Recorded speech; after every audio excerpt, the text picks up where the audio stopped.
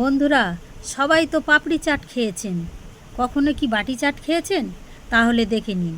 প্রথমে 1 বাটি ময়দা, 2 চামচ সুজি একসাথে মিশিয়ে নর্মাল জল দিয়ে আমি মেখে নেব। তারপর 10 মিনিট আমি ঢেকে রেখে দেবো। 10 মিনিট পরে আমি ছোট ছোট করে কেটে পাতলা করে বেলে নেব। পাতলা করে বানানো হয়ে গেছে। আমি একটা স্টিলের ছোট বাটি নিয়েছি, আর এর পিছনটা আমি তেল ব্রাশ করে নেব। নিয়ে তারপর রুটির মাঝখানে রেখে এইভাবে আমি ভাঁজ করে নেব। দেখতে পাচ্ছেন কেমন করে আমি ভাঁজ করছি, ঠিক এইভাবে আমি ভাঁজ করে নেব। তারপরে একটা ছুরির সাহায্যে সাইডটা আমি কেটে নেব। কেটে ময়দাটা আমি বের করে নেব। এইভাবে ময়দাটা আমি বের করে নেব। নিয়ে আমি তেলের মধ্যে একটু চেপে ধরবো, ধরলেই বাটিটা উঠে আসবে। তারপরে তেলের মধ্যে এপিট ওপিট করে আমি একটু লাল করে ভেজে নেব। দেখতে পাচ্ছেন আমি কেমন করে ভেজে নিয়েছি। এবার আমি তুলে নেব।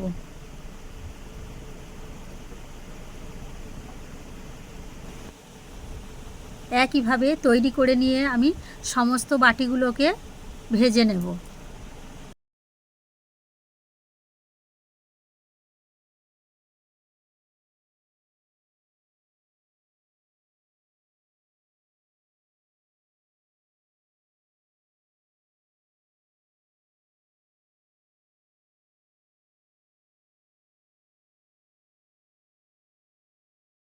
সব বাটিগুলো ভাজা হয়ে গেছে।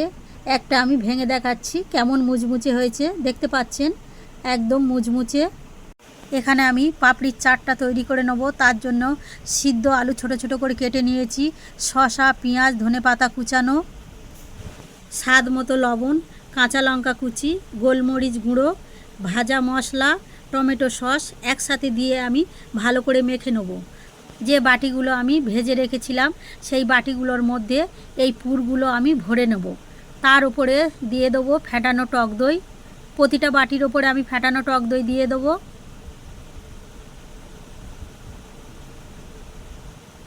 এর মধ্যে দিয়ে দেবো ঝুরি ভাজা। তারপরে দিয়ে দেবো টমেটো সস। একদম রেডি বাটি চাট। বন্ধুরা, কেমন হয়েছে? লাইক, কমেন্ট, শেয়ার এবং ফলো করে পাশে থাক।